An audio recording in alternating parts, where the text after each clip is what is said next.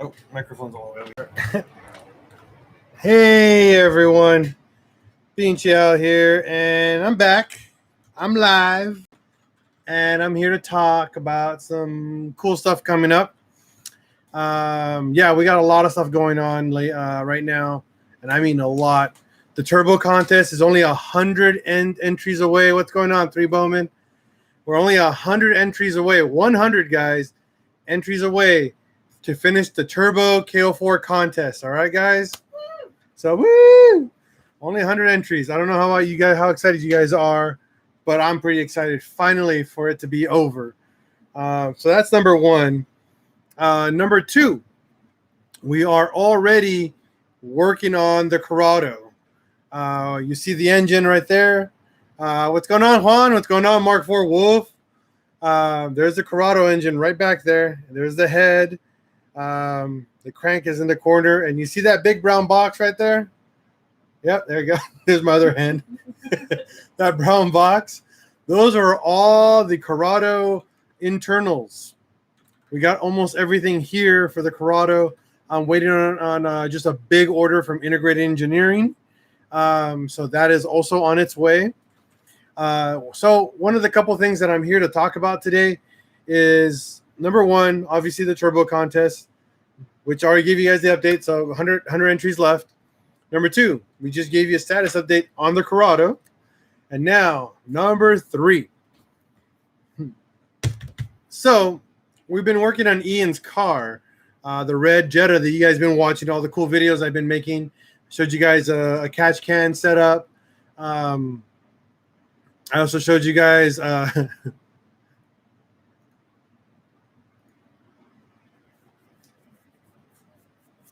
there you go, Three Bowman.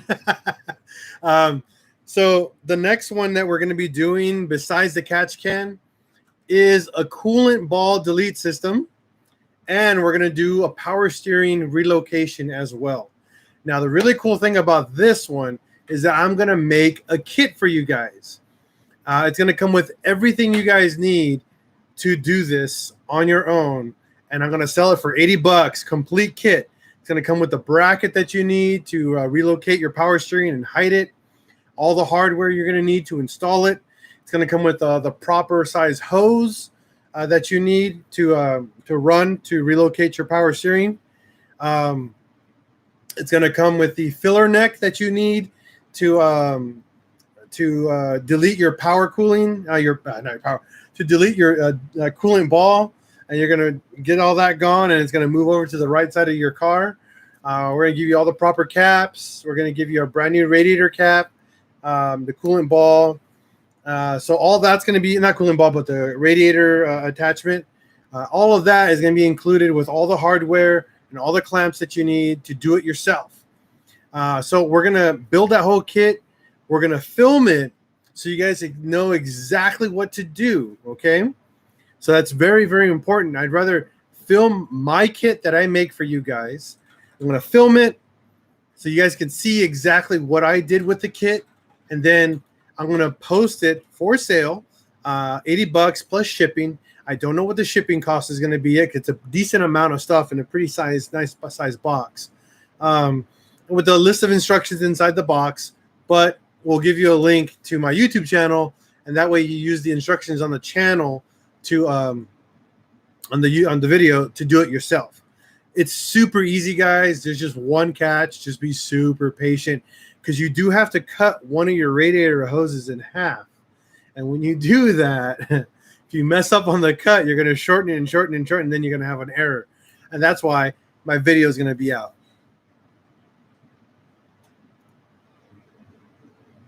No, Janik, I was not in New Jersey. Definitely not. I wish. Yeah, exactly what my wife said. Probably a doppelganger, but not me. No, I haven't left California for a while, and I'm itching to leave. I really want to not be here. So yeah, guys, that's what's coming up next. I'm also going to create. I'm probably going to work with Integrated Engineering and figure out a good package Yes, it will work with the Forge silicone hoses, but again, Mark IV Wolf, you will need to cut them. So they're identical. The silicone hoses are identical to the rubber hoses. There's no difference on where they are. It's just you're going to risk that cut. So that's all up to you. Juan Anaya, yes, I live in Southern California, Escondido to be exact. It's part of the San Diego area. Texas or Vegas, I will like to move. Oh, nice. So, yeah, definitely cheaper in Texas or Vegas, but not cooler. Oh man, the weather sucks out there. So I'm thinking about making my own catch can setup. You guys saw the video that I made for making your own cheap catch can. It's stupid cheap to make. I mean, you're probably going to be $100 into it. I mean, why not? I probably would make a kit where I have all the hoses already pre-cut for you guys and already put the fittings on there, or maybe just give you guys the fittings and maybe give you a little bit longer hose. That way, if you guys want to relocate it to a different spot, you guys can do it. I got some ideas. I'm not 100%, ready to announce that part because that one's a little bit more trickier for the catch can. I really don't want to give you guys like a catch can that you want to put it where I have to tell you where it goes. I'd rather give you guys a catch can that's designed for you guys to place it where you want to put it, based on your feelings, I guess, where it makes you happy, Okay, so that's another thing. Now, the next thing here, this is like the big, super serious question for you guys. The intercooler setup on the Corrado.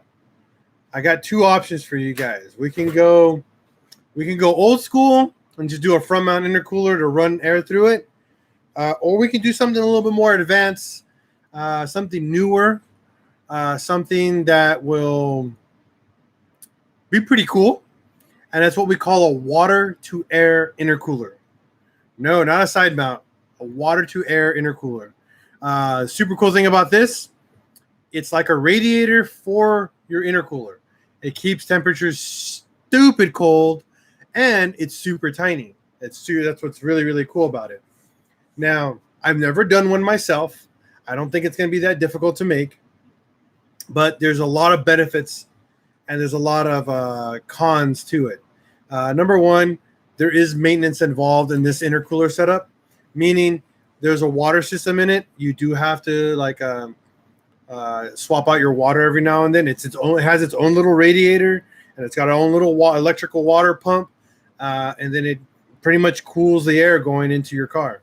It's really, really super. I mean, really efficient.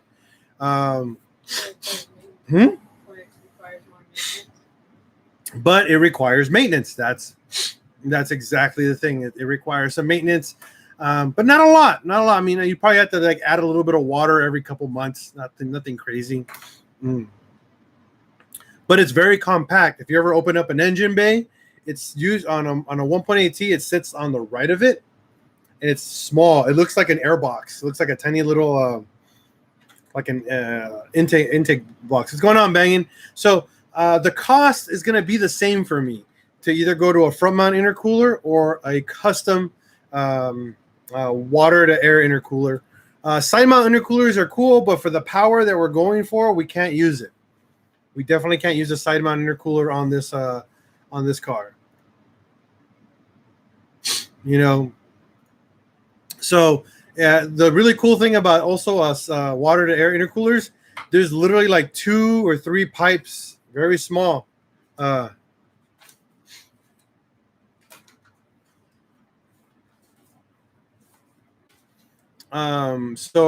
me a second, Ryan.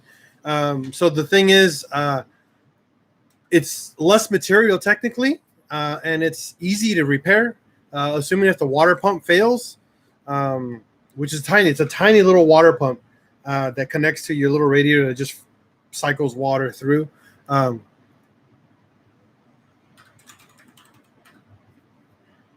Super cool, Janek. Usually the little water pump will fail over time. I mean, it's tiny, and it just pumps water through that little radiator, which sits on the front of your car, in front of the radiator. So the thing is, when we do that, obviously I'm gonna install it, get it all working, and blah blah blah. We're probably gonna polish it. That way, we have a really cool looking engine bay, or have it powder coated to match the look of the car. But this is your guys' choice. It's not my choice. This Corrado that we're building for you guys is 100% viewer subscriber built. You guys make the choices, and I just do the work. So I want to know if you guys want to go to a typical front mount intercooler, or a water to air intercooler. Yeah, I'll probably do a poll. Yeah, that's smart. Yeah, I'll do a poll. To get more input from people I'll do a poll on the YouTube channel, on the community page, on my YouTube page, and then see what you guys want to do. You know what? I'm going to do that right now. So give me a moment. If I do dual sides, think about the amount of fabrication I need. To go to 2 intercoolers, 1 pipe, all the piping that needs to go to it, and you have to consider that all that, and then it has to be welded, because when you clamp stuff, every single clamp you add to your intercooler is gonna add a chance for failure or having boost leaks. I hate it. I will never do dual intercoolers. That used to be a cool thing back in the early 2000s with Audi TTs and Mark IVs. Janek, what company? Give me a second. I'm going to answer Ryan's question in just a moment. Then I'll answer yours. But give me just a moment, guys.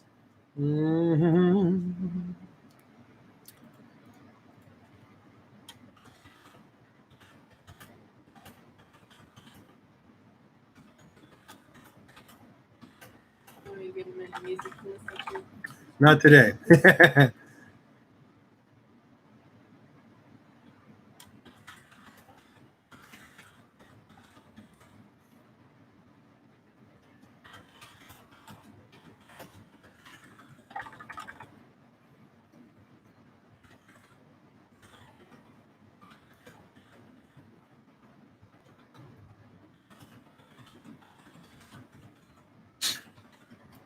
All right, guys. I just added it to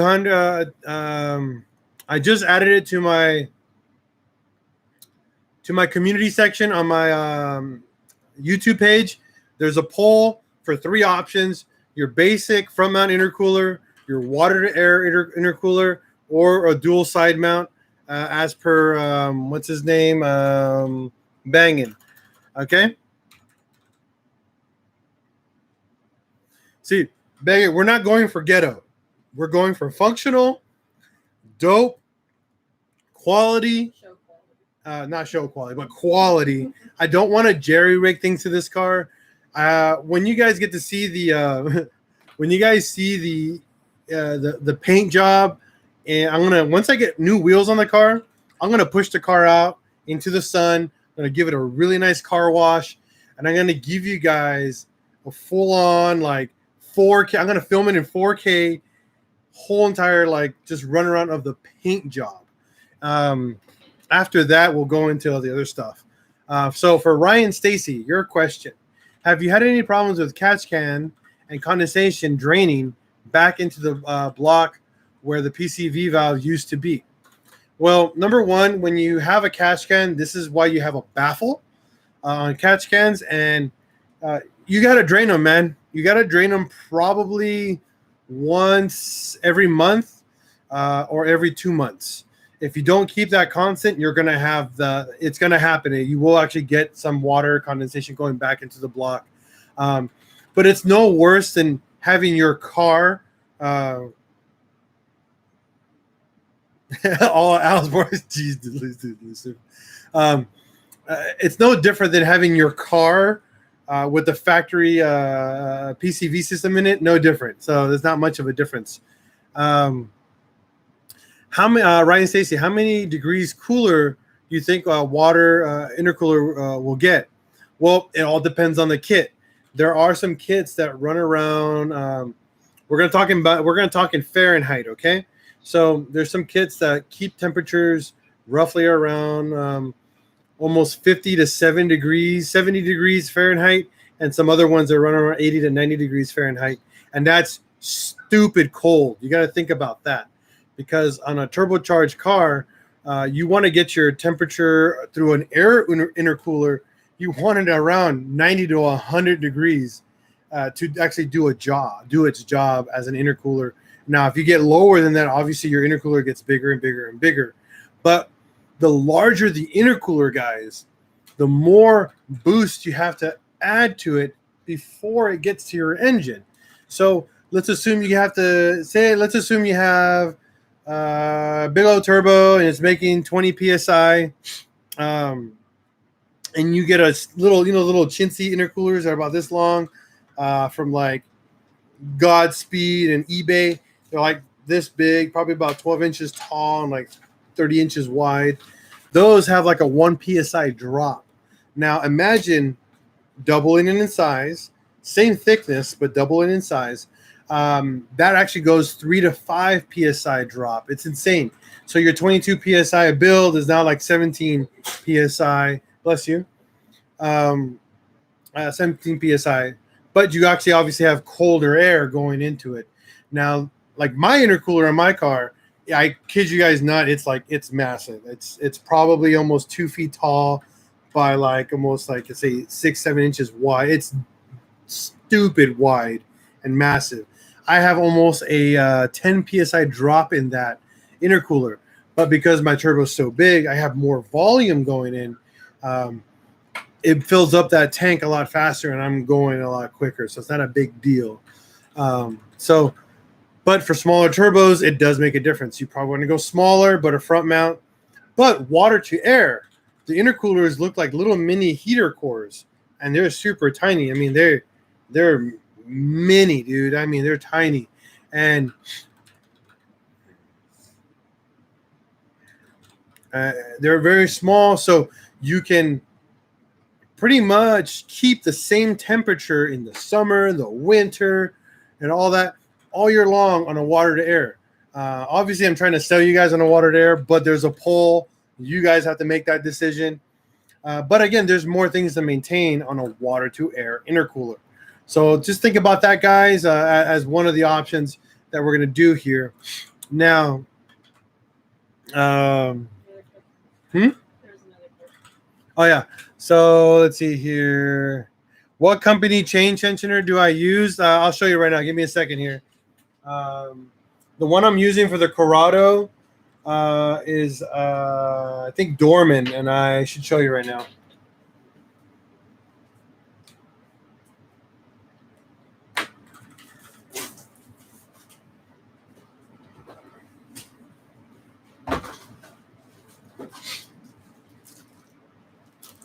Here you go.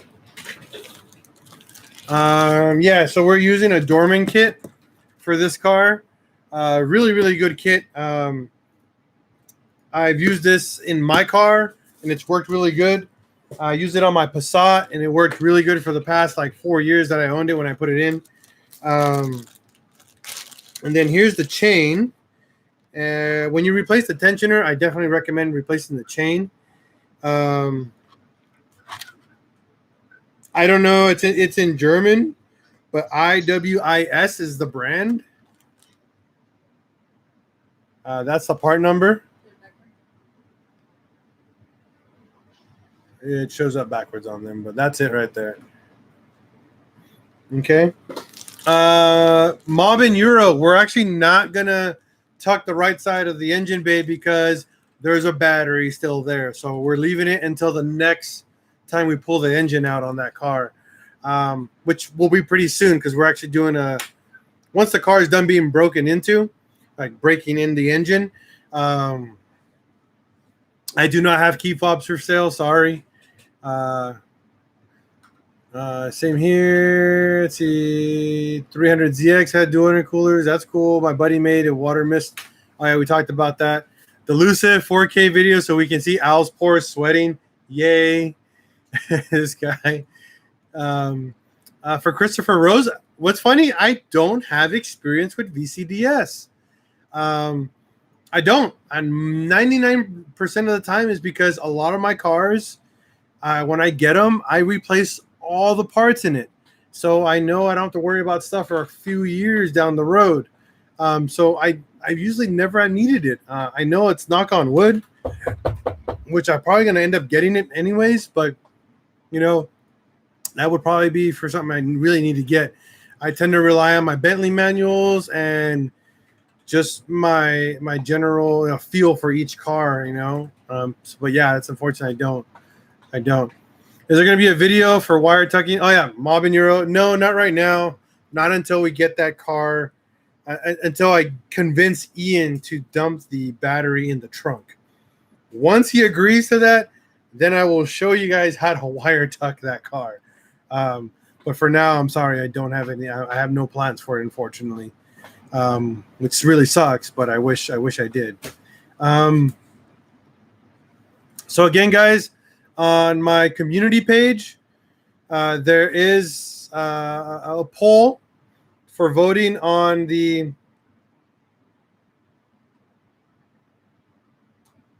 I don't get breakers pressure. I don't understand what you mean by that, man. You don't understand brake pressure? What do you mean by the hydraulics system in the car?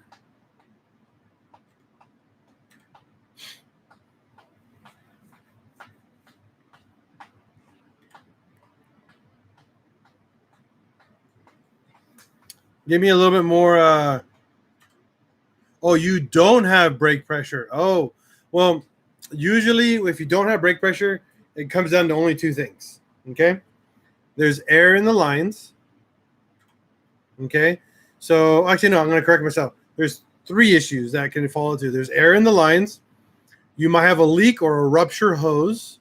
Okay, and then number three, your master cylinder is failing pretty much. So you want to go on the path that's cheapest to do. For brakes, there's no slave cylinder. There's only a master. So you want to do is number one. Awesome.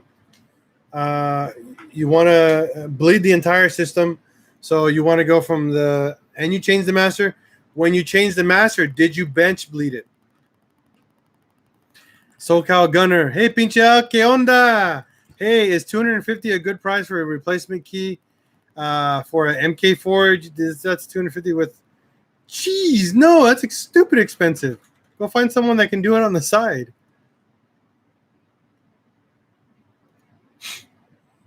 Okay, so before anybody else comments, let me answer Christopher Rowe's question. Bench bleeding. What is bench bleeding? This is a very, very common question that people don't know how to do because master cylinders, that little thing that has 4 little holes in it or 2 little holes, depends on, you know, every car is different. It's okay, SoCal Gunner. Give me a minute, all right, man? So you have to take it out of the car, the new one. You take the reservoir off of your old one. You slap it onto the new master cylinder. Okay. Put a bucket underneath their master cylinder. All right. You're going to fill the reservoir up with brake fluid. Okay. Now the next step is you're literally going to, on the front of the master cylinder, there's a little pump.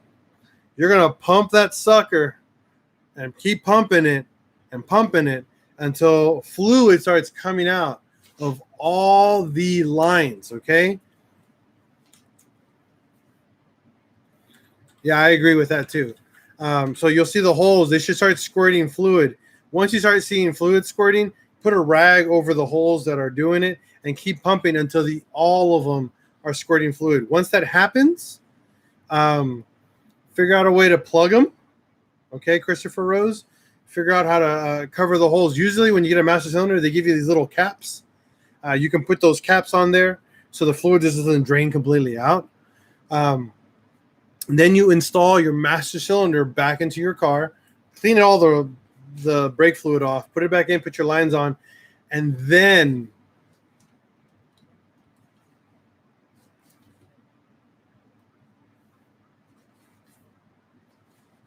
not all of them. No. Once you put it back inside the car, put all your lines in, and now this is where it becomes where it becomes a little difficult. Okay, Christopher, you need to go the way that you break or bleed. Your brake system is you need someone in the car, okay, and then you go to the wheel furthest from the brake master.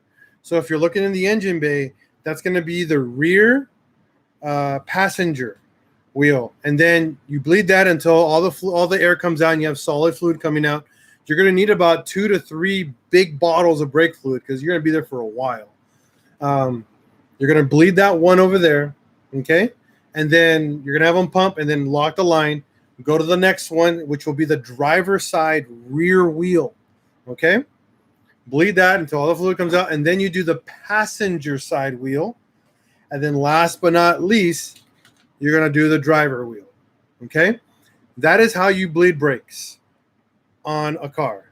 That has been the procedure since the beginning of time, and that's pretty much how it stays.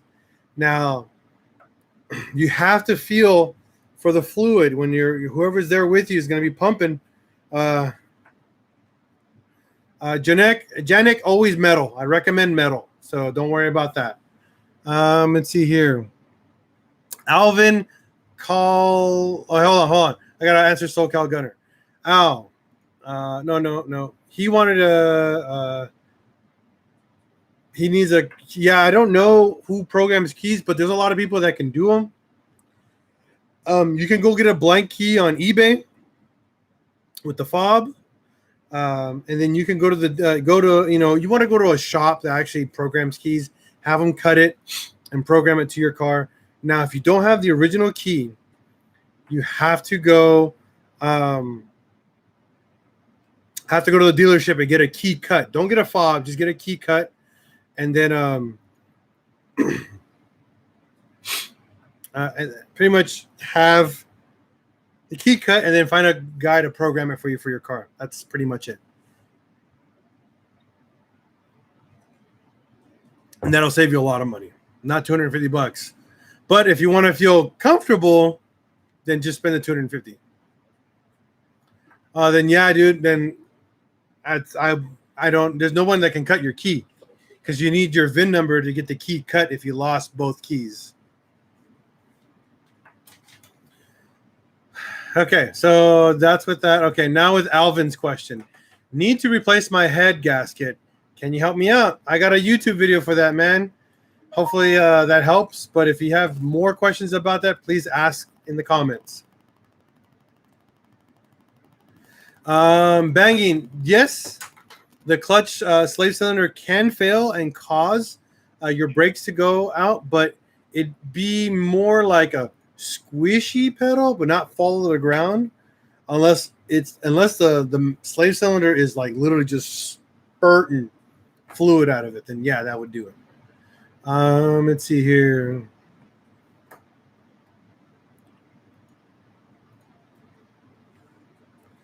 Yeah, if you one more thing, Christopher Rose, if you didn't bench bleed it and then you filled that master cylinder with brake fluid, you're going to have to go replace that master cylinder. You can't re-bleed it, unfortunately. You pretty much failed.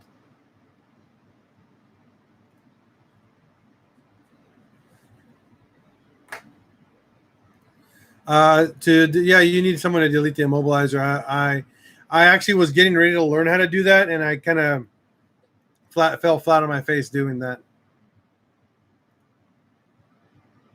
Oh, man, that sucks.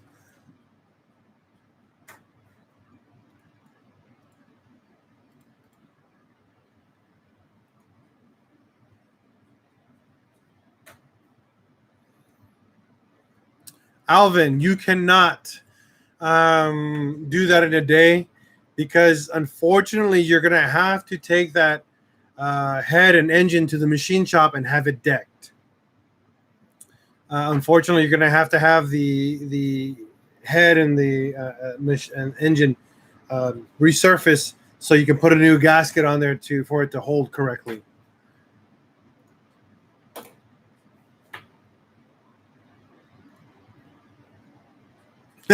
Juan, thank God I have a Mark II, right? We just go get a key cut for like $20 and we got a key again. McDubbin, no, I have not make a video. I did make a video for it, like just organizing the wires nicely, but I'm not tucking the wires, just so you guys know, okay? Not yet.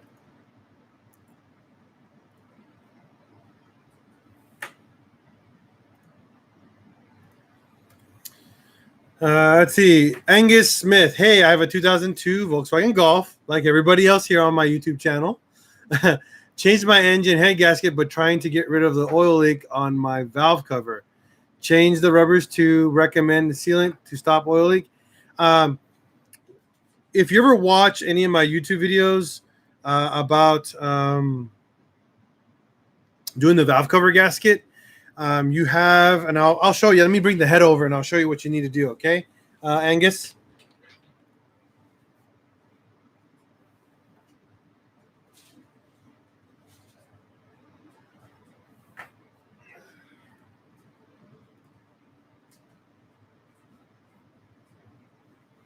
All right. So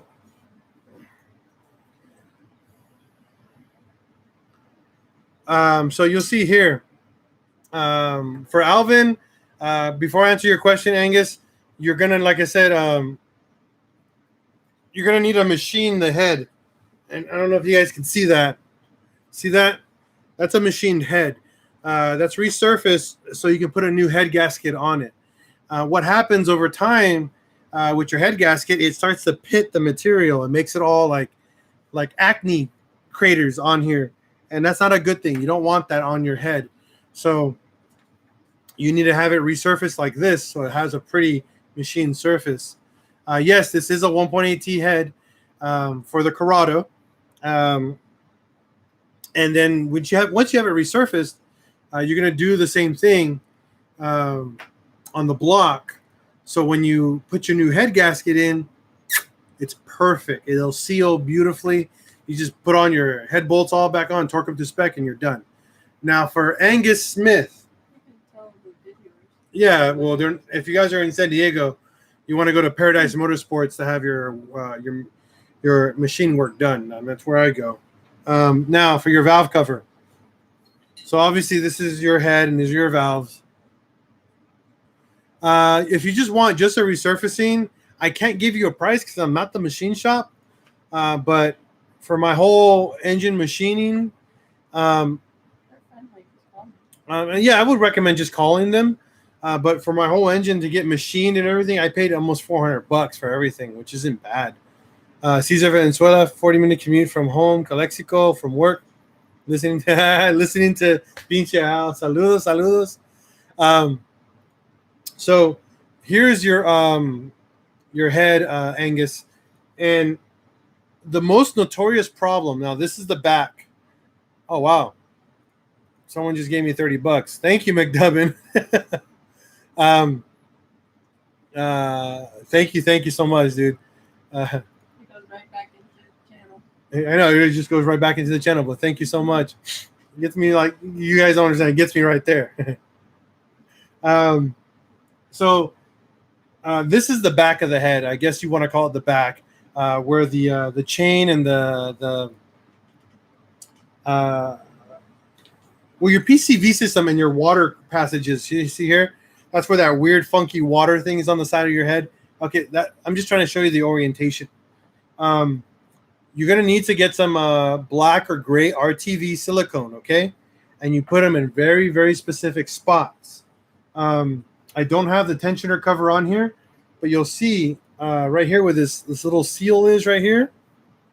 You want to put the thinnest layer possible of RTV right here. And then right here, this cap that sits on top of here, there's a hard edge, like a 90 degree, okay? And you slap a little RTV in that corner, and then you follow the little metal piece, and there's another hard edge that goes there.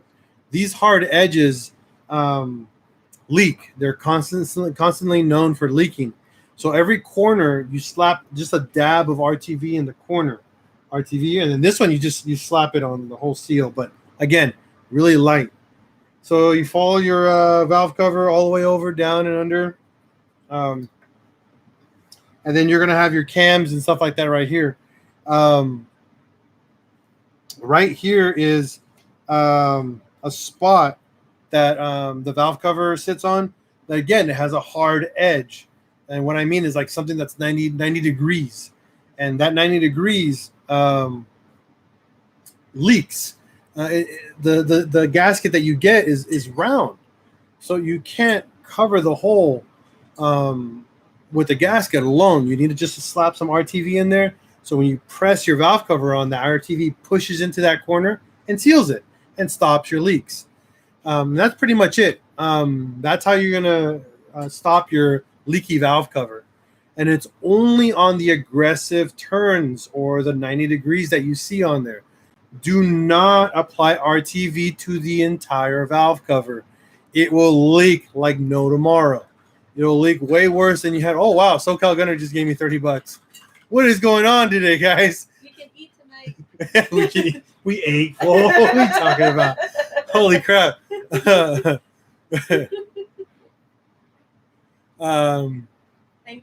Thank you. No, definitely thank you guys. That just goes towards the build. I don't use it for anything else. Back into the channel. Yep. Banging the contest for okay. So before I go any further, Huh? Did you finish explaining? yeah, well, for the valve cover, that's pretty much all you need. Hold on, guys. Oh my God, people are sending me emojis. Holy crap! Alan just gave me $20. Okay, I don't know what's going on here today. I'm getting money just to talk to you guys. I love it. It's our daughter's birthday. No, guy, no. Holy crap, Delusive, that's a lot of money, man. Whoa. Thank you. Delusive said that the 034 Motorsports charged him $1,200 to do the machine work on his car. I just paid $380 after taxes. It's like $400, man. That's ridiculous. That is a lot of money. Oh wow. Oh, stimulus checks came in. That's funny. Okay, I gotta go to Edwin. Edwin's next. Okay, guys, give me a second here. Edwin, having AC problems, fans not working properly. I changed everything and checked the list to find my problem or video. Okay, Edwin, you gotta be a little bit more specific. What do you mean that you changed everything? Okay, explain a little bit more for me, please, Edwin.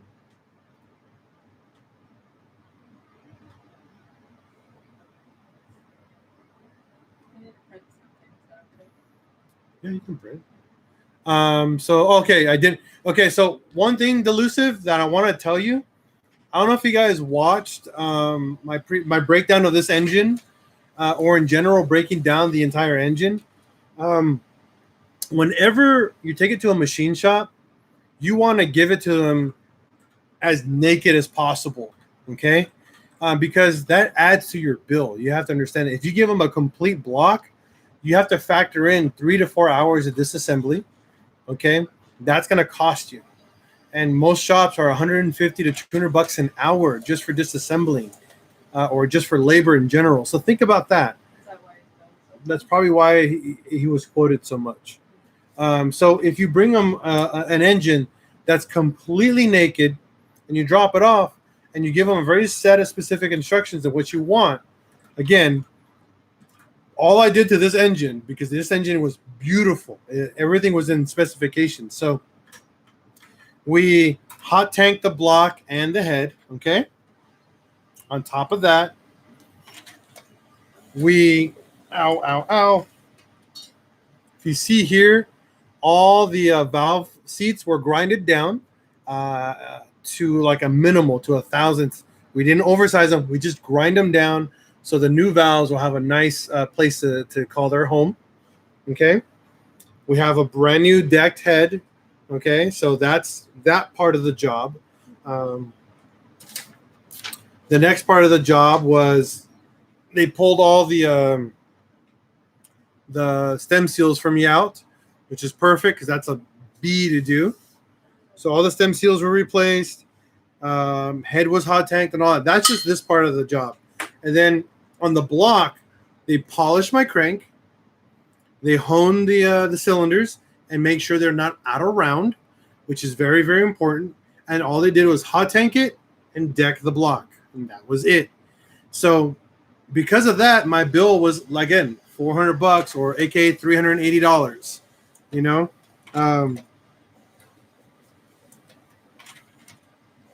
So I gotta wait. My wife's pregnant. Is that too loud? No, you cannot. You cannot resurface the block yourself unless you own pretty much a machine that cuts metal extremely precise that gives you a mirror finish like that. No, you cannot do it yourself. I don't recommend it. And I just, it's just not something you want to do because you're just giving yourself room for huge amounts of error, and it's not the smartest thing to do.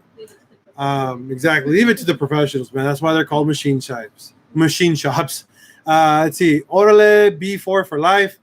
Hey man, when are the new MK2 videos coming? Unfortunately, when I have some money. Someone gave me 20 euros. How much is that? I don't know what our conversion rate is right now. Thank you, Corum. Thank you. Oh, it's fun. Oh, we shipped him something, didn't we? Did he get his package? Hey, did you get your package, Corum? If not, it's on its way. If not, I mean, it's on its way. So, oh wow, 20 euros is $40? No, It's about the same. it's about $21. That's what 20 euros is. It's about $21. Thank you. You don't understand.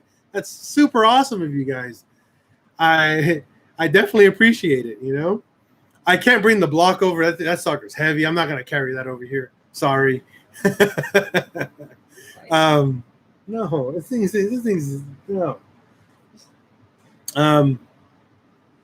So, let's see. There's one more question here. Let's see. Yeah, I got this. I'm not gonna carry that thing, dude. This guy. You can roll it. No, all that stuff is in the way.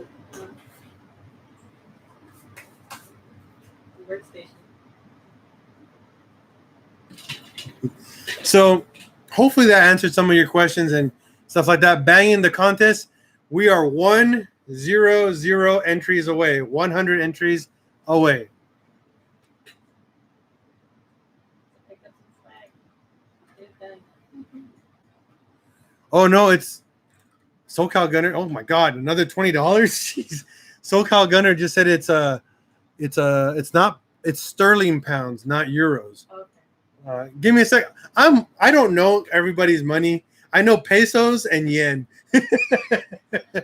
That's all, and the dollar. I don't know anybody else's money. Oh, that's awesome, you guys, dude.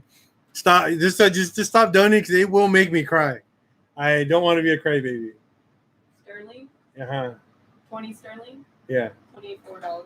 Okay, so 20 sterlings or sterling pounds is $24. Pretty cool. That's awesome. Thank you, sir. Again, very, very much appreciated. He's waiting. No, he says not just yet. Should have been much longer now, though. SoCal Gunner, thank you, sir. I appreciate it. Thank you very, very much for the donations. Holy crap. I am like at 20, 30, 50, 7. Dude, I'm like $100, dude. Do I take EBT? Jesus Christ. No, I don't take EBT. You want to swipe it? Other way. All right, hold on.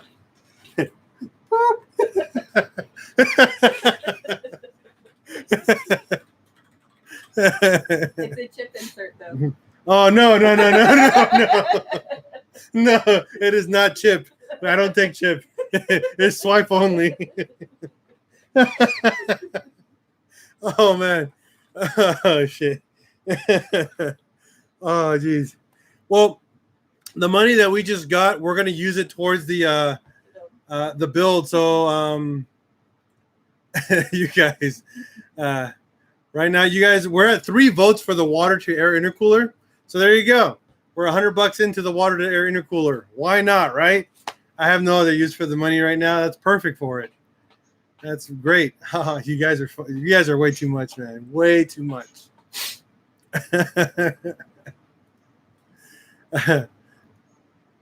I will write down you guys' quantities that you guys have given me. So I'll give you guys entries to the contest. It will not affect the overall count, but you guys will get entries to the contest. Okay, guys? So for you guys who donated, you guys will get the freebie entries. We'll just give you a couple entries per person who donated. I'm down for that. But again, that does not affect the overall amount of the entries. Okay, guys? It's still 100 left for the contest to finish. And the way that works is you have to order online through pincheosgarage.com and pick up some merchandise or products, whatever you want. All right. So thank you guys for doing that. Which one? The wired one you're talking about. The wired? That's the kit you're playing. No, that's something different. Sas, ya dijiste. Don't worry about it, guys. Pinche Al for mayor. Woo! If I was mayor, every person in my city or state will be required to drive a Volkswagen, and that's it.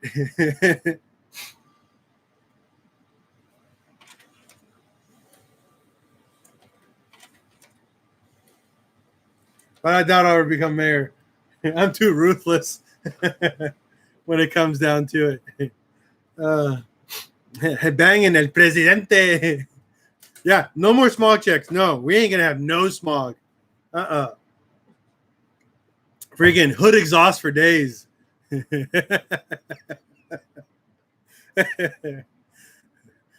Muffler deletes for everybody. Straight pipe. Freaking hood exits.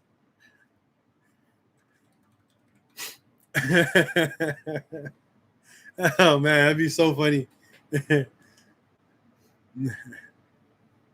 Have you guys ever seen the movie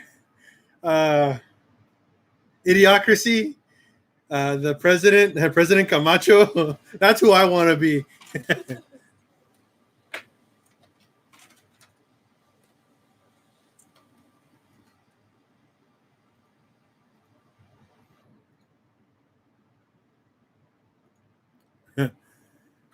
Okay, so Angus Smith, Trinidad. Oh, hey, man. He's from Trinidad. That's super cool. I've been to Trinidad, Angus. What's it called? Geez, what's the phrase that you guys have? Oh, my God. But I'll tell you one thing, Angus. I love soca. Some soca music, eh? I love soca. I love iguana. I love rum and some Kentucky Fried Chicken, bro. Yes, you eat doubles? Yes, I've eaten doubles. Good stuff, man. Yeah, man. Was the scene? I don't know what's the scene, man. But I tell you one thing, man. Good stuff out there in Trinidad. There you go, delusional President Camacho. See? He knows exactly what I'm talking about. Terry Crews. You're dating yourself. Yep, I'm dating myself. Oh, that's awesome, Ryan. Okay. Okay, so Angus, you're not getting 5th gear. So it can fall into 2 things, okay? Is 5th gear grinding? Like when you try to get into 5th, does it go, like, does it try to go in or not go in? if it doesn't grind or make noises, more than likely, on top of your transmission, there's these little arms. They're called shift linkages. You need to play with those and see if you can get it to get into gear. You have to move them around. A lot of times, you got to keep in mind, man, these are 15, 20-year-old cars now. The rubber that's inside that little shift linkage fails, goes bad. So what happens is that if it rips, it won't go into gear. I'm actually having that problem right now with my Mark IV. The linkage just broke, and it's all super sloppy to get into first and second gear. So that's what's probably going on with your car, Angus. But if it is grinding, you might have what we call a synchro failure. That's also an issue.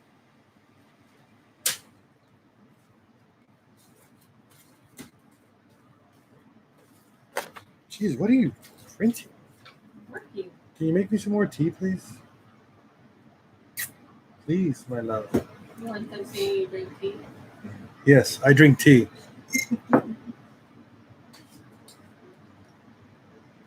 Mm. Not a beer. Not a beer today, no. Almost broke it trying to ship. Yeah, I mean, it's not hard to break it. Oh my God. I gotta show you guys this. Hold on.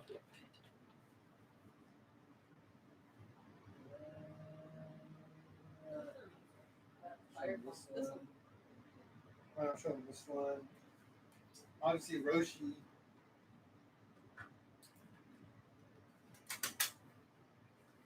Okay, so I got some new 3D printers.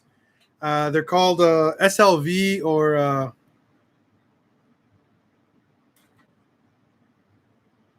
yeah. So check your honestly check your shift linkage. There's probably a problem with it, Angus.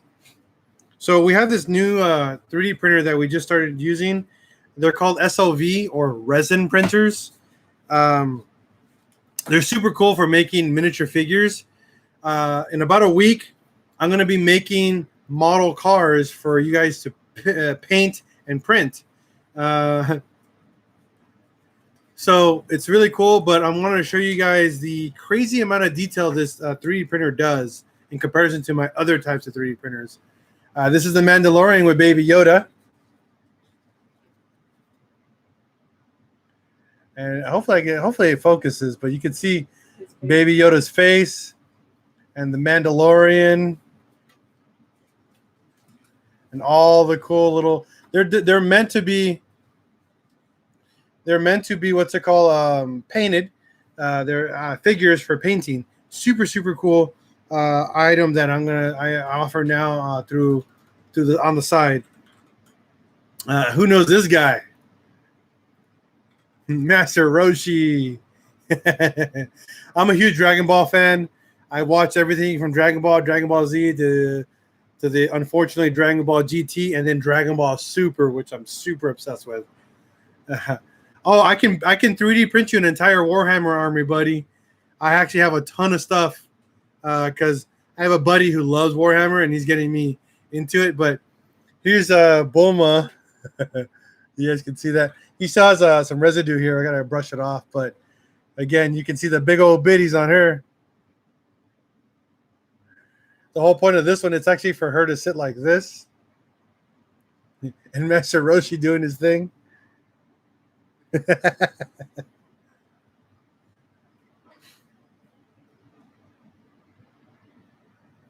Definitely, Angus. I mean, I would love to go back to Trinidad, hang out and drink some rum, buddy. And have some chicken. So you guys make some really good chicken out there.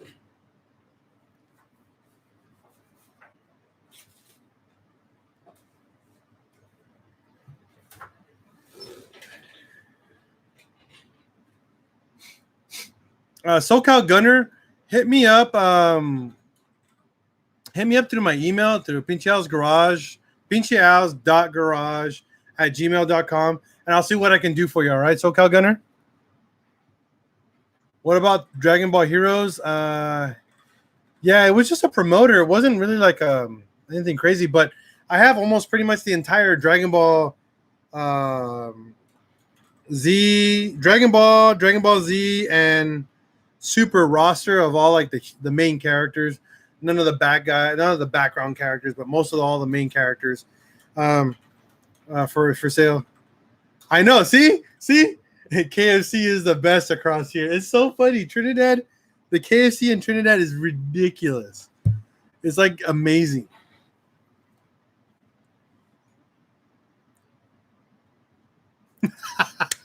Juan Amaya, yeah, dude. Dragon Ball Super is legit. Oh man, it's so good. I watched GT just because I'm a Dragon Ball fan, but GT was so awful. It made no sense. You know, it made no sense on why they did what they did. It sucked, and the animation just sucked even more. I wasn't a fan of it. And then when they announced Super, I'm just like, what? There's a Super? And then when I waited until it was over. I waited until it was over in Japan, and then I binge watched it all on Crunchyroll. And man, I've watched it 3 times ever since.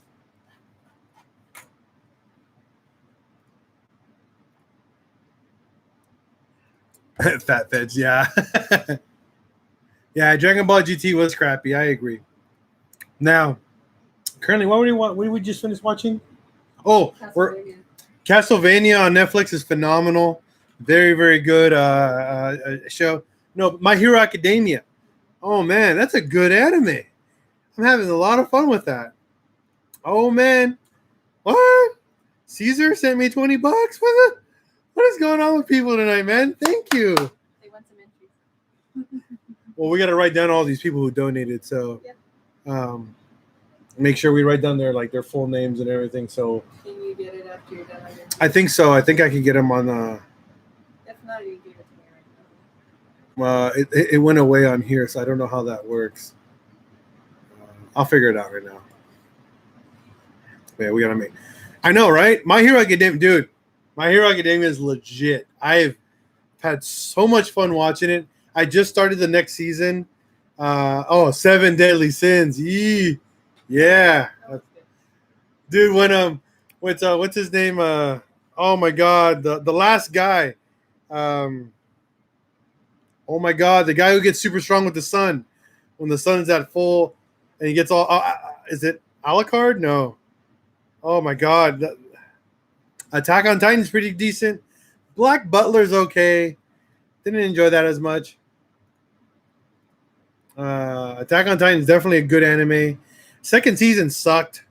Third season kind of tried to redeem itself. One Punch Man. Oh man. Saitama. Oh, I only took one punch. That was a good anime.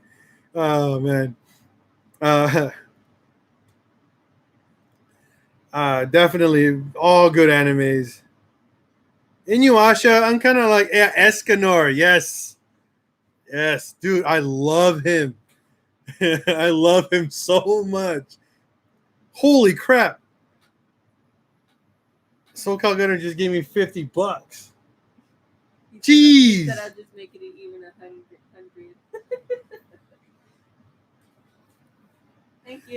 Thank you. No, man. Oh, El Chavo del Ocho. Yeah. I definitely love that show. I'll put my email in here. Give me a second here.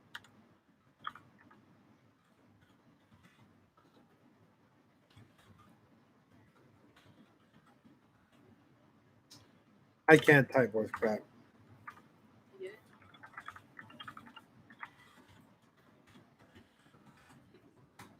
It's right there. It's bjals.garage@gmail.com.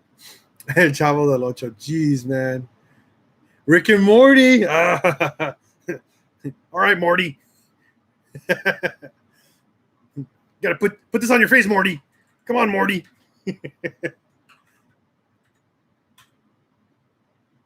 I'll check it out, SoCal Gunner, for sure.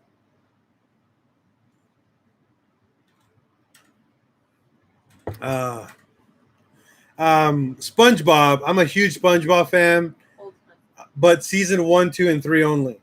First 3 seasons, that's all I've watched. I tried to watch the seasons after that, it was just garbage. Gumball. Oh, Adventures of Gumball. That show is freaking out of its mind. Pickle Rick! Juan Anaya. See, we're all the same, guys. We're all twinsies on here, man. I love you guys. You guys are funny. Okay, we're getting way sidetracked. I love it, but we're getting really sidetracked here. It's all about car stuff here, guys. Jaguar. Avatar. Yes. Last Airbender. The Last Airbender. Book 1, 2, 3, and 4. And Korra. Okay. D-Stone. He's got a 2.0. Idles up and down, bad. New MAF, new throttle body installed when put in reverse today. Okay, so D-Stone, when you put Tiny Rick. Okay, we got let me freaking Ray. It's Ray. What's up, fool? Okay, I gotta get myself. I gotta get back to car stuff, guys. Okay, so D-Stone. I got a P0103. Yeah, idles up and down badly. Thank you, yeah, SoCal Gunner. MAF and new throttle body installed. When put on in reverse. Okay, so it can, if you put the MAF sensor in reverse, it will stall out because it does not recognizing proper flow. So on your MAF sensor, there is an arrow where it points in which direction you're supposed to put the MAF sensor in. Now, your throttle body, you cannot just replace the throttle body and expect the car to run correctly. You have to do what they call an adaptation, D-Stone. Okay? So there's 2 ways to do an adaptation of a throttle body. Number 1, with the VCDS or AKA a VADCOM. Okay? Number 2, you can do what we call a key cycle adaptation. Okay? And so when you do a key cycle adaptation, it's simple, but you have to yeah, give me a second here, Juan.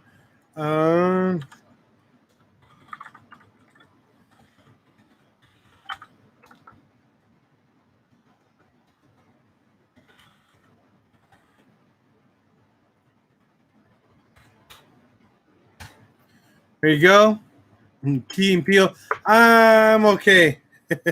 I'm not a big fan of Key and Peele. But we're back to D-Stone. Let's get back on track on what we're talking about.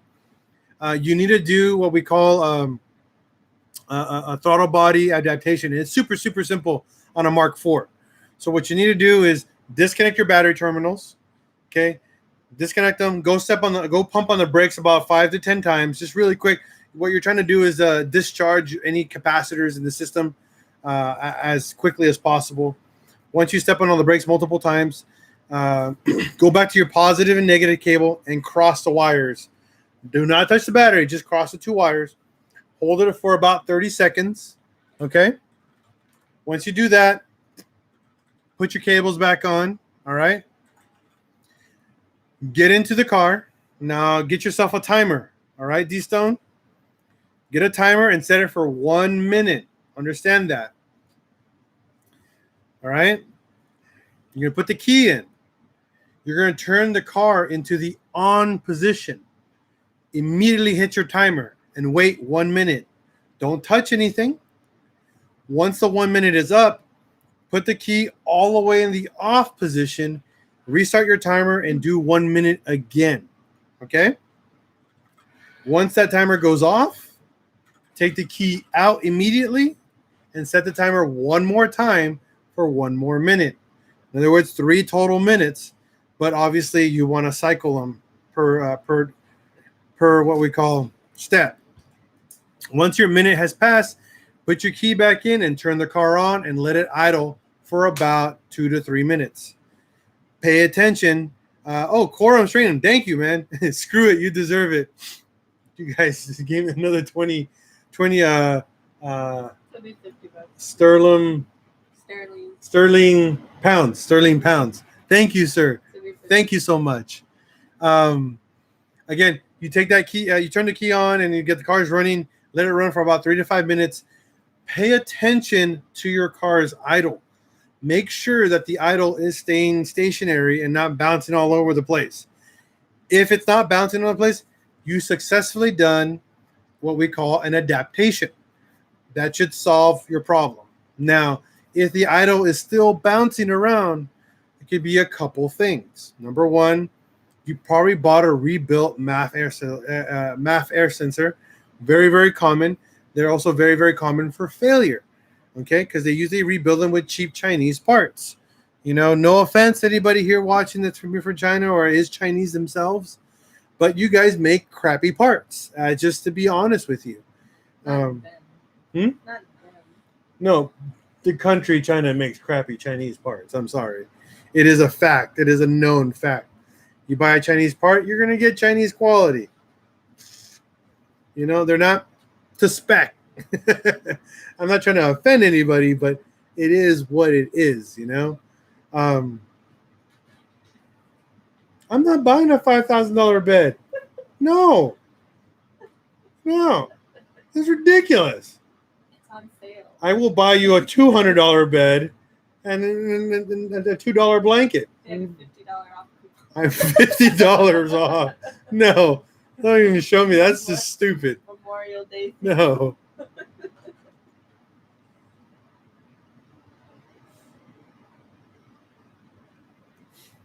Okay. $140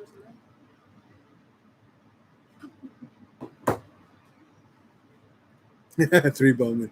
Okay, banging. So when I come to a stop, on occasion, my car's idle will drop for a split second, almost stalling. Any idea? Yes.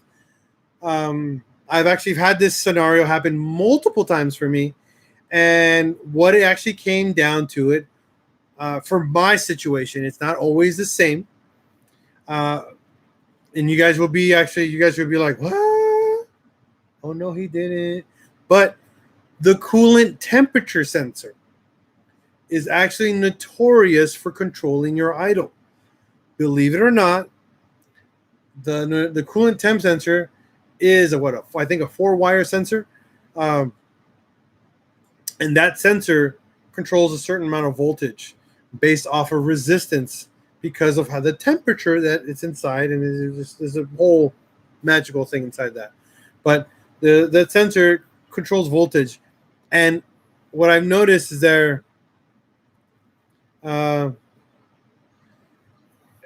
did you get before you say anything, banging, when you replace the sensor, was it an OEM green top? Because that's one of the most common ones that are current right now. The green top ones is what you want to look at. But was it an OEM? Because you can buy the cheap Chinese one that's also green. I have learned to not buy anything else other than OEM. Okay, so do you have original coolant in the car besides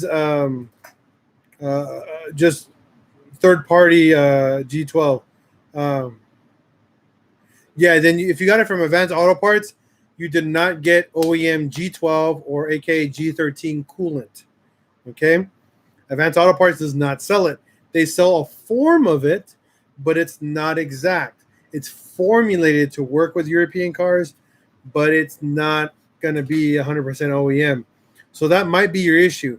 I guarantee you, if you pull the coolant sensor out, instead of it being like a really nice brass, like golden color, it's probably turned brownish color. And if that's the case, your resistance is probably very off.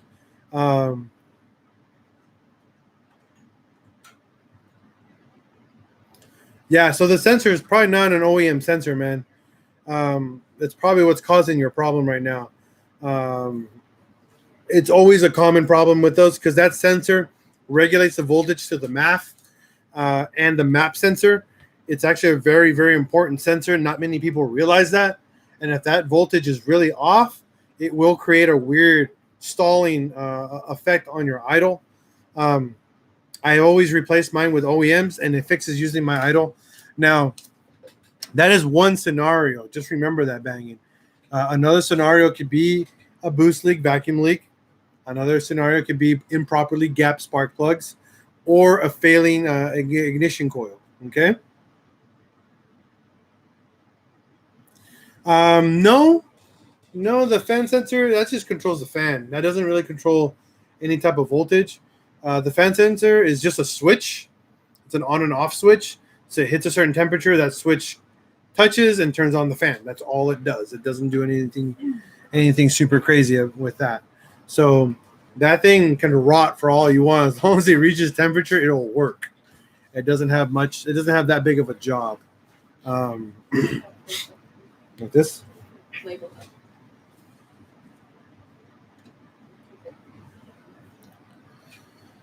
them. So definitely one of those things that you want to keep an eye out for sure.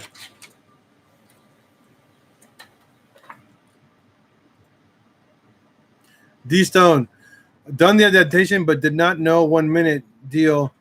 Yeah, China junk is junk. AutoZone, MAF, lifetime warranty, China junk. Yeah, man, you're going to have problems.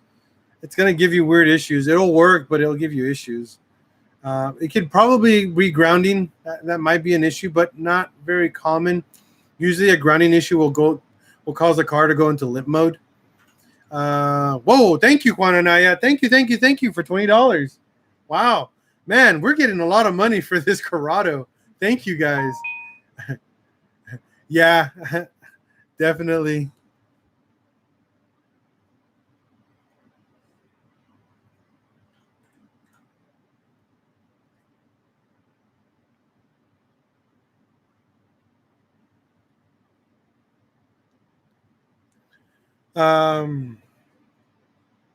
Feliz Navidad, pinche Al.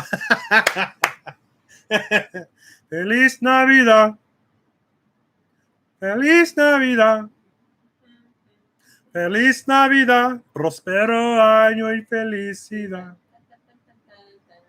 I want to wish you a Merry Christmas. I want to wish you a Merry Christmas. I don't think he's paying you. Oh, sorry.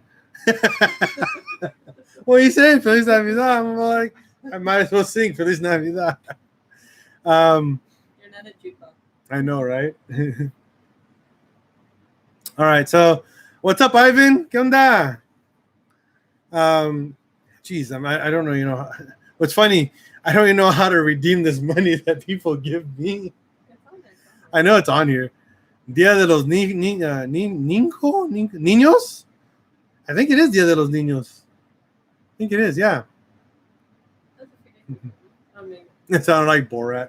I love it.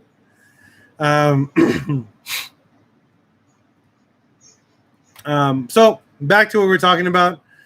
Make sure one of the things when it comes down to sensors, I'm super anal.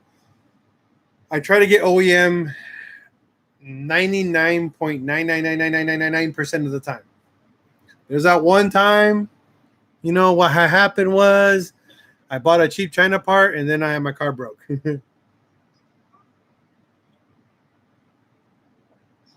For sure. Oh, man, we've been on here for an hour and 13 minutes. Jeez. Oil pan got a slow leak. Bent rear coil. Oil leak near the combi valve. Broken inner door lock actuator. Turbo needs a rebuild. Glove box is about to fall out. I have no headliner. Now, that's a car. That's a cool project car. Yeah, dude, junkyards have OEM parts for days, and they're free. They're most of the time they're free. Just FYI.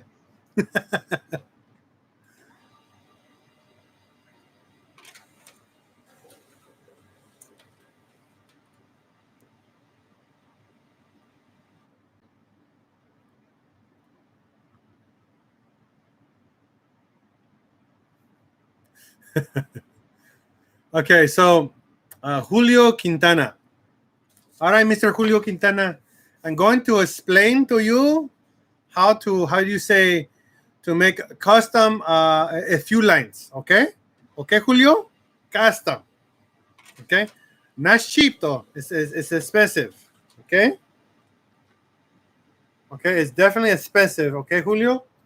So what you do, okay? I give you a link right now, okay? Give me a second, okay, Julio?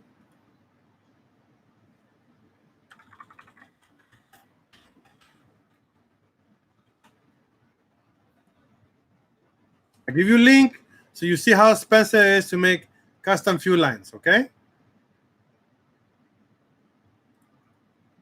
No problem, Julio. No problem. I told you, man.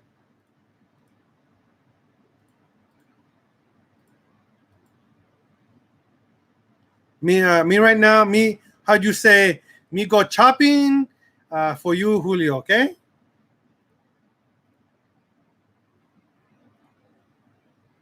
Exactly, 3 Bowman. Huh? About 4 inches. 4.5, yeah.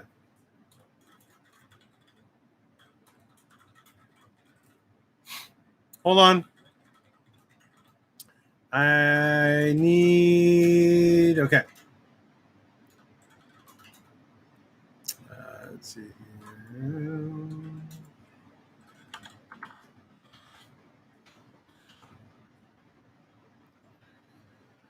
So about the oil cooler DIY. Ooh, I got a good idea for an oil. I'm actually going to put an oil cooler in the Corrado. Why can't you answer anything I'm asking? What did you ask for, MK4 boosted? What other parts should you put in the... oh, I'm sorry. I didn't even see that. Give me a second, boosted. Okay. What other parts should you put in when swapping a KO3 to a KO4? Very simple. You need a bigger downpipe, bigger fuel injectors, obviously a turbo inlet pipe. You need the matching turbo inlet pipe for a KO4. And that's pretty much it. And all the other lines, it just depends on which KO4 you're talking about. Because there's one that requires a lot more work than just that.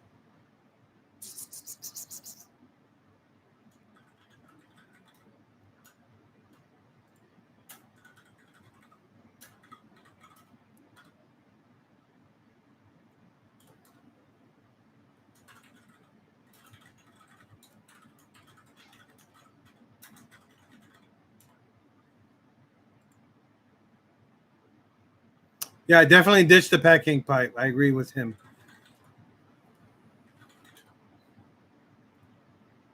Always refill the blinker fluid. Always. All right, here it is. So for, hold on, Julio, here's the link. All right, hopefully that helps. All right, Julio. Let's see here. That'll give you what you're asking for. Let's see here. We got to take over YouTube. I agree. I would love to take over YouTube, but my channel isn't that big for that. Let's see. What are the parts? I already answered that. Problem is banging. You got a free door handle today, but paid for the door lock. Julio, you're welcome. It's free as long as they don't see. That's also accurate. Free, yep. So about oil cooler. Okay, banging. Give me a second about that. Quorum, my power steering line hit timing belt the other day and split and flung bastard everywhere. So I'm gonna do the relocation and delete the washer reservoir. Quorum, I'm gonna have a DIY for that, so I'll show you how to do that correctly. MKE boosted. I already answered your question. Sorry, I ignored you. That was not on purpose. Banging, the upper adapter that was used. Is there a stock one that was pulled out? What upper adapter? I'm curious what you're asking for. My 1.8T won't go into boost. I don't know why. Could be a bad N75 sensor, a bad boost leak, or you have a failing wastegate. The diaphragm on the wastegate's on its way out too. The upper adapter used a stock one. Okay, no. Broken turbo, vacuum leak. Yeah. My car also has just stopped going into boost. Okay, ditch the pancake pipe. Yes, I definitely recommend ditching the pancake pipe. Blinker fluid is always recommended. D-Stow and told wifey it was a money thing, and she said it would cost us again. But how Bosch makes what AutoZone said. How do you stamp on it? I mean the ones from AutoZone are going to be OEM housings. So the plastic part is OEM. The cartridge, the actual sensor that goes in it, is what's rebuilt.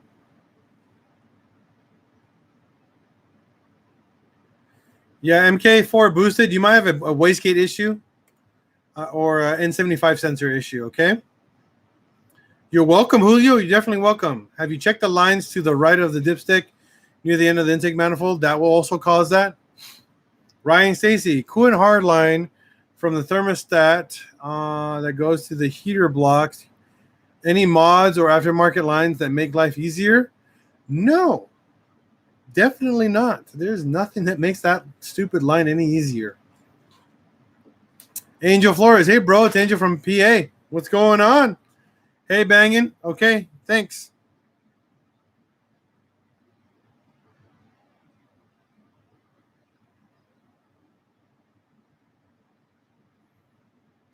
Oh, you're talking about the one that sits on top of the cooler, the housing.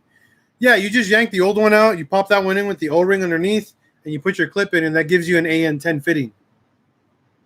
Yeah. Correct, D-Stone. That's how AutoZone works. That's how they give them to you so cheap.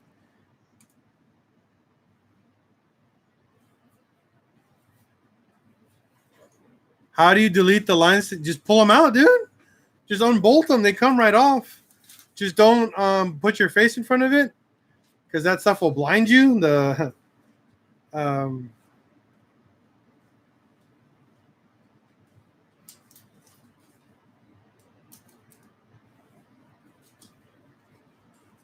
itchy.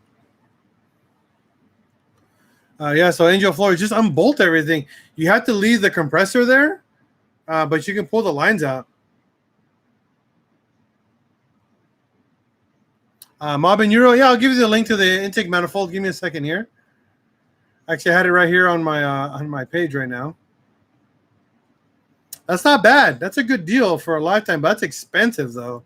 I'd rather go to the junkyard and go pull mass off of there. Those are free.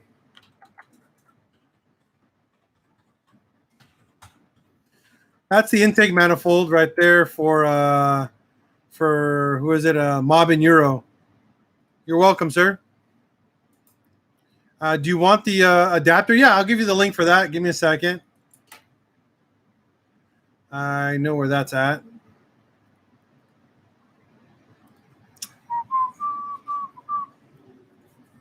Where is it? Accessories. Here it is. Here we go. These are the bits you're going to need to convert your breather system into an AN fitting system. All right.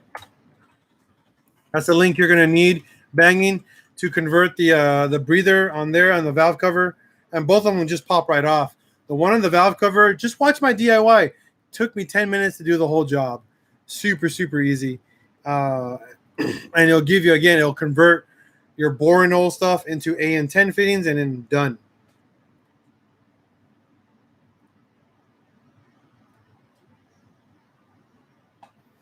Angel Flores. D-Stone, give me a minute. You guys, don't comment. Give me a second here. I think I have an answer for you, okay? Give me a second.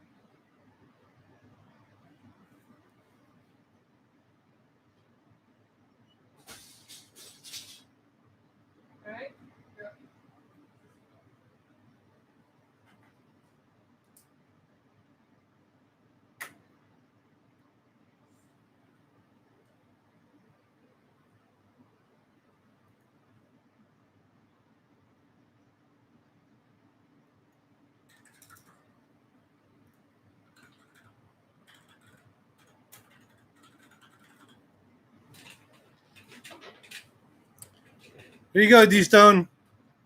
Brand new MAF sensor.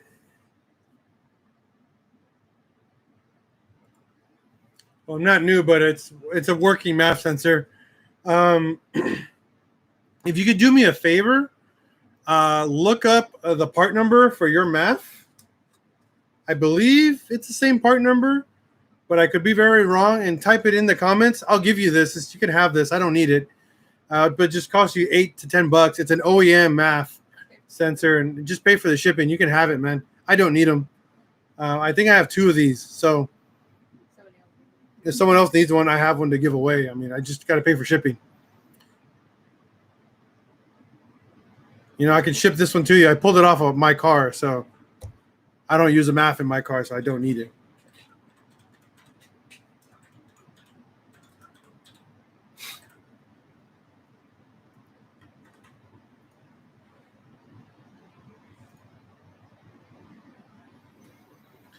Okay, so Angel Flores. Also, if I'm doing a wire tuck, I put my battery in the trunk.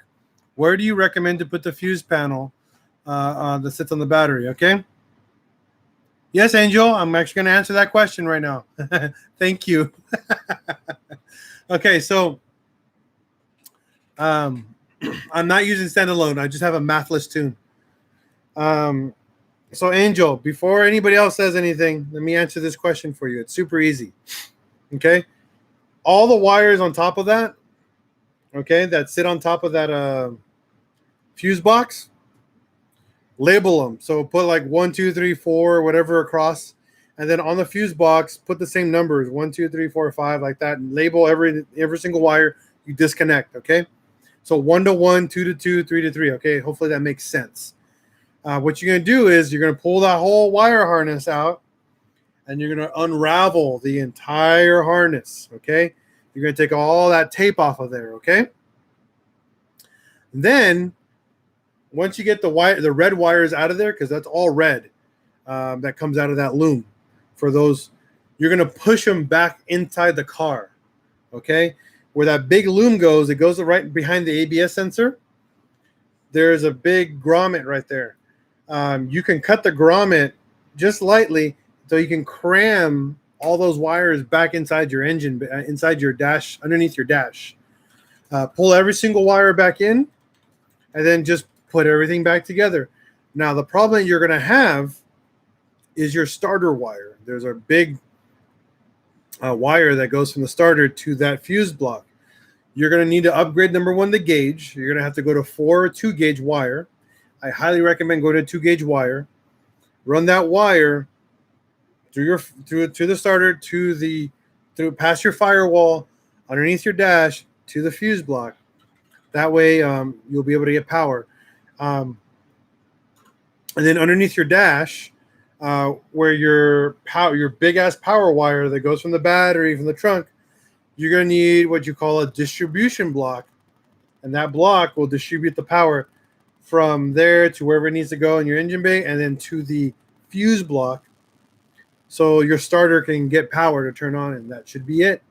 I know it's kind of like, sounds like super easy, but it's not. It's super time consuming. But yeah, that's how you can run your whole entire fuse block from inside inside the engine bay into your underneath your dash. Hopefully that makes sense. If not, I did it to my car. I was running out of time, so I did it really quick. I didn't film it. That's very stupid of me. I'll probably do it next time. Austin Feathers. What do you think my main problem is? I have a fluctuating 5 to 10 psi, tuned, should be 18 pounds, no boost leak. Replaced the M75 to J series. Number one, that's your first problem. Got a new blow off. That's your second problem.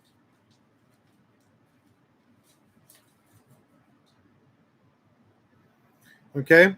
Number one, never use the J series N75 valve. That thing is a heap of garbage. That thing can never be tuned correctly.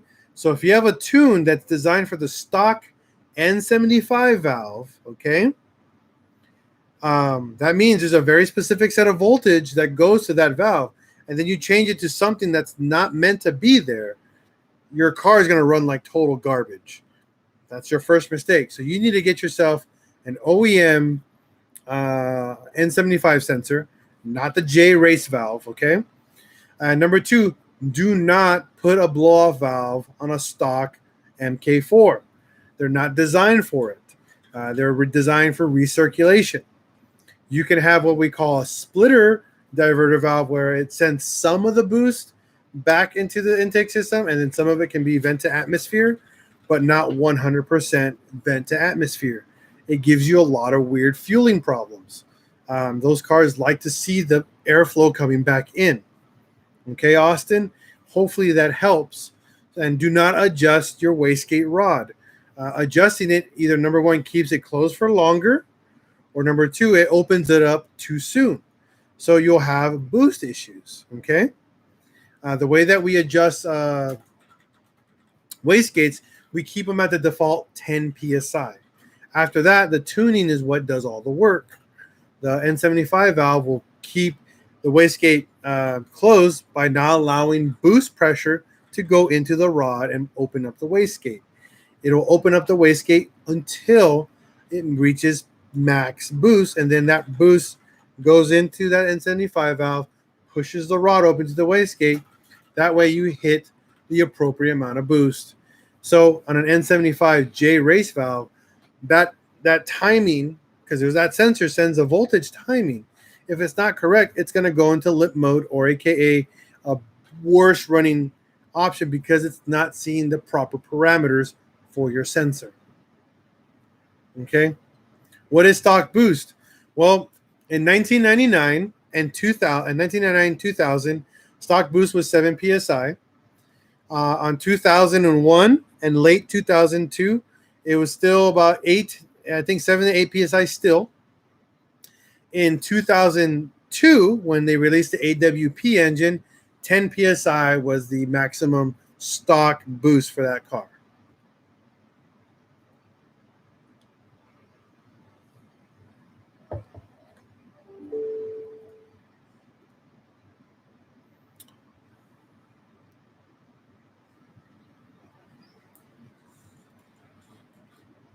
Okay.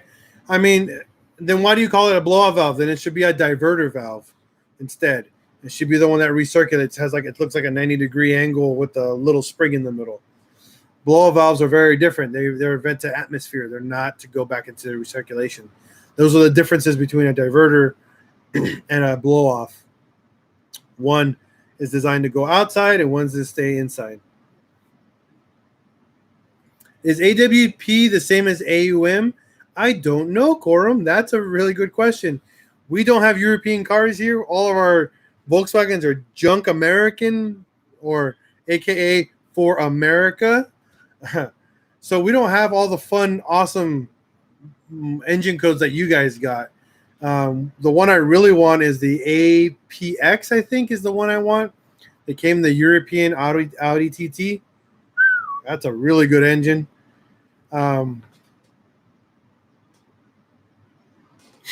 Yeah, 3 Bowman, you might have an issue with something in the car. That's for sure. Oh, man. It's almost midnight.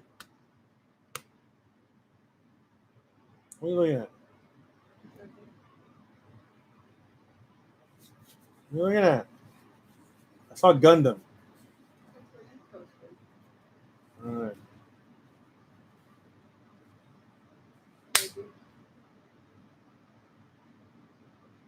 Yeah, the BAM is definitely the APX variant of the Audi TT, and that engine is phenomenal.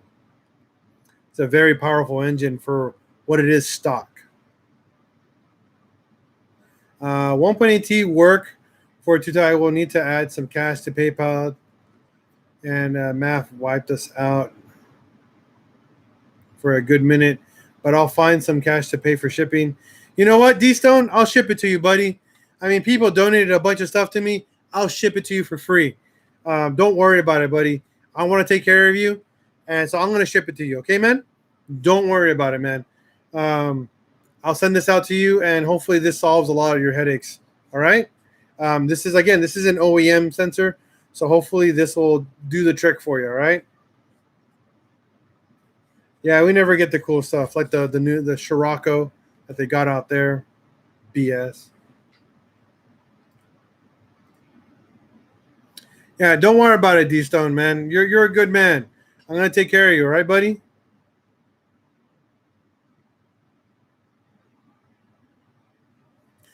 McDubbin paid for the shipping, bro.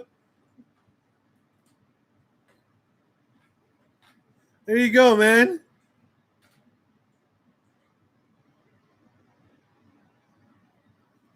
There you go, buddy. D Stone, you got taken care of, man. We got you. I'll send you a bunch of stickers with it too. I'll send you some stickers, some buttons, some Pinche Al's Garage buttons. Nah, D Stone, don't worry about giving me money, buddy. Don't worry about it. We're here to help. That's how the Volkswagen community works, man. We're here to help. All right? I love it. This is what matters. This is how it works, man. That's what we're here for. See? Family.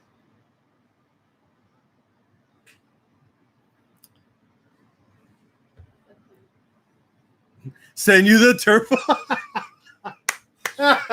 All right. You gotta chill. Man. This guy.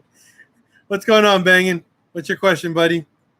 I'm over here trying to help you with the math and you want a turbo. This guy. No, my lock cylinder still isn't fixed. I've been so lazy to fix it, dude. I haven't even washed my GTI in like 2 months. I've been driving my bus and and the Outlander.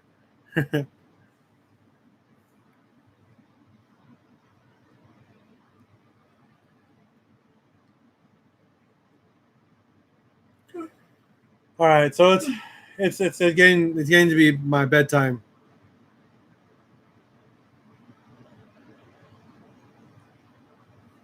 No problem, D-Stone. Could I get away using a distributor block, just running 0 gauge wire, 2 gauge? Sorry to be a bother, but try not to catch my car on fire. Yes, you can do that, Angel Flores. You can definitely do that. That's what I did. I ran 0 gauge for my battery to a distribution block, and then from the distribution block, I ran 2 gauge to my fuse block that powers the car, and then from the fuse block, I run another 2 gauge out of the fuse block to the starter. Again, remember to label everything, okay?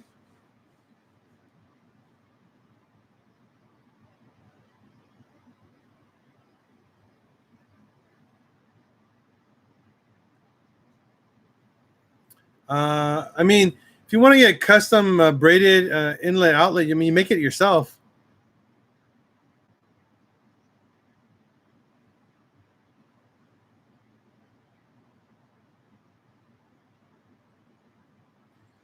For my power wire, I use a company called New Concepts. They make amazing zero oxygen free copper 0 gauge wire. It's not cheap, but it's good stuff. It's braided, but it's braided on the outside and it's solid in the middle, so it's really good and super flexible. You can run whatever fuses. You can make your own fuse panel. I would definitely do some research on making your own, like maybe a barrel fuse setup or AN fuse. But you're gonna have to make your own block and everything because you got to be able to make that. But you can definitely do it yourself. I mean, why not? My bus, I'm actually gonna get ready to make my own wire harness for my bus. I'm tired of the OEM wire harness on those things. I'm keeping that car forever, so I'm gonna be making my own custom wire harness on my Volkswagen bus because I'm upgrading the ampage on it, or voltage. I want to be able to support higher voltage equipment on my bus and run a second battery. So I'm gonna have to make my own harness, and I'm actually gonna be making my own. Since I can use resin printing now, resin printing stupid strong, so we can make brackets and parts that will hold wiring and stuff like that in place, which is gonna be exciting. Angel Flores, I work for Geek Squad. I'm a Geek Squad computer technician. That's what I do for a living. Believe it or not.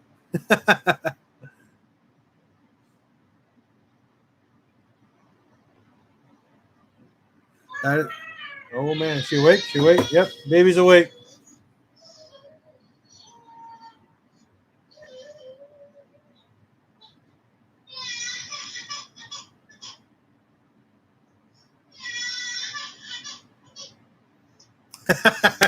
That's funny. Oh man. All right, man. It is midnight. No wonder I'm so smart. Not even, man. This is all experience.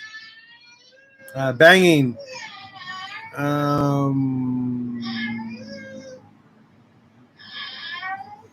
don't have a rebuild kit, but I'd buy one off of you, man. Send me an email, yeah, Banging, and I'll give you my information if that's okay. And then I'll send you some money your way for that. All right. But thank you again, everyone, for all the donations. Super much appreciated. That just put a lot of money towards the Corrado. Okay, so I'm excited for that. So I'm looking at the right now, currently at the poll, and we're still, let's see how many votes we got. Please vote, okay, guys. Place your vote for front mount intercooler, water to air intercooler, or dual side mounts. All right. Currently, we are at 8 votes, and water to air intercooler, it looks like is winning currently, but who knows in a couple days. We'll see what happens. But for sure, guys, it's your guys' choice, not mine. Once you guys make a decision, and this week I will order it, and we will get that going, and we're gonna be learning how to do some cool stuff with that. Okay. When's the next video? I don't know. Because it all depends on my work schedule. I'm actually back at work. I'm working 5 days a week. So I have really, really odd days off.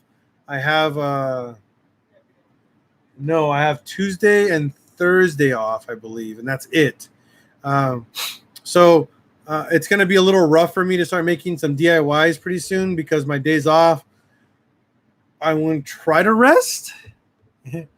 Where do you vote? Go to my main page on my YouTube channel and click on the community tab. There's a tab that says community. Click on there, and there's an option there. I post a lot of stuff on there. It's like a Facebook page for YouTube. You know, it's kind of just like a little blog section where you guys can see all the stuff that I post. And right there is a poll for that. So please vote, because that's going to make the decision. I'm not making that decision. But last live stream, you guys asked for something as well.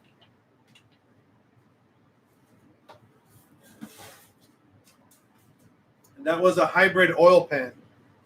Okay. We talked about this, and you guys wanted this oil pan instead of the standard all aluminum oil pan. So that's what we did. We got what we call the hybrid oil pan for the 1.8T. And the reason why this oil pan is super cool, it's a stamped steel back and aluminum. That's why it's called a hybrid. You have 2 different metals. The really cool thing about stamped steel, it bends. It doesn't crack when you hit something. It's kind of a win-win for me.